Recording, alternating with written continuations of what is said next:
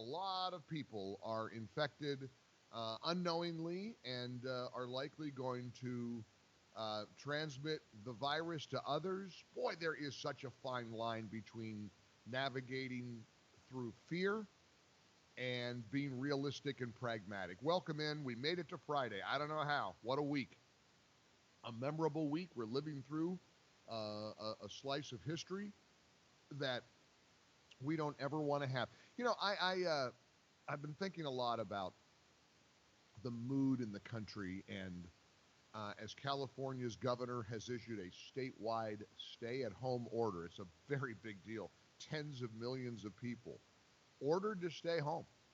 Pennsylvania shutting essentially the whole state down. We're watching state by state closures in an unprecedented way. And through it all, we really haven't seen, thankfully, a lot of volatility and conflict. When you've got Ilhan Omar and Ayanna Pressley praising Donald J. Trump, you know we are in very unusual times. And listen, I don't agree with a thing either of those women stand for. I am the loyal opposition, but I'm so grateful that they have said some of the things they've said about the White House and the government's leadership. I'm grateful to Andrew Cuomo. I'm not a fan of the way he has governed the state of New York. His first day out, he was just wrong. The tone was terrible. He was blaming the feds, blaming Trump. All of that is dissipating. It's as if our elected officials are realizing the American people's safety is more important than that. In fact, I got to tell you, I just pushed back. Maybe you heard me on the mic. I don't know. I don't like the clip we just played of de Blasio's thing from last week about going to the gym. I'm not doing that. I want that erased. I want that stricken. I don't want to do that right now. I just don't. We have a lot of things we can talk about. We're going to stand true to our convictions. Of course, that doesn't mean we all just roll over, but this is that post 9/11 moment where we should be together as Americans. We can debate stuff. We can talk about this stimulus package. I'm struggling with it a little bit because I wonder about somebody making $101,000 a year who had a payroll and runs a business, and they're not going to get a dime from the government.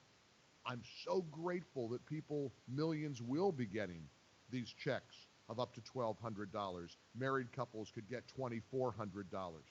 But essentially, if you make more than $99,000 a year, you get nothing. Understand, there are lots of us who have been blessed and make a good living and don't need a dime from the government. If we got anything, we would give it back. We would give it to our neighbor. We would give it away. I'm sure there are many people who wouldn't, because some people are just cheap and stingy. And I understand that probably you can't roll the dice and hope that people who don't need it would give it back. But how do you tell somebody making $100,000 or $101,000 a year you're out of luck?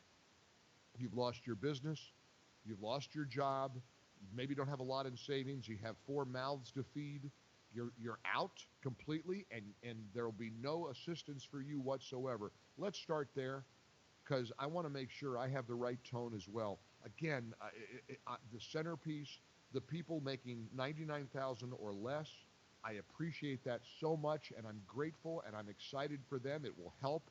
I mean, it's not going to solve everything, but it can put a lot of groceries on the table. $1,200 to a family of 4 making $40,000 a year, that's a very big deal. But there is a problem, it seems to me, when you start picking recipients and non-recipients. And when the government, and incidentally, if you want to get the details of the Republicans' $1 trillion proposal, the so-called phase 3 of the coronavirus stimulus package, all you have to do is text the keyword package to 1-800-655-MIKE, and as a public service, we'll send it right back to you. There's a link that kind of shows you the breakdown and what it looks like economically. But essentially, it's a direct payment to qualified Americans of up to $1,200. Married couples, again, could get $2,400. Taxpayers who earn more than $75,000 a year will begin to see that payment reduced by $5 for every $100 they earn over the $75,000 threshold. And those who make more than $99,000 will get nothing from the government. Families with children would get $500 per child. There are provisions to help small businesses, $300 billion in federally guaranteed loans. They're moving back the income tax filing deadline from April 15th to July 15th. Numerous tax cuts for corporations. There's an authorization of $200 billion for hard-hit industries like the airlines. But let's talk now about who gets what and where you are, because I want to be careful, I want to be respectful, I want to be mindful of the struggles that so many people are experiencing.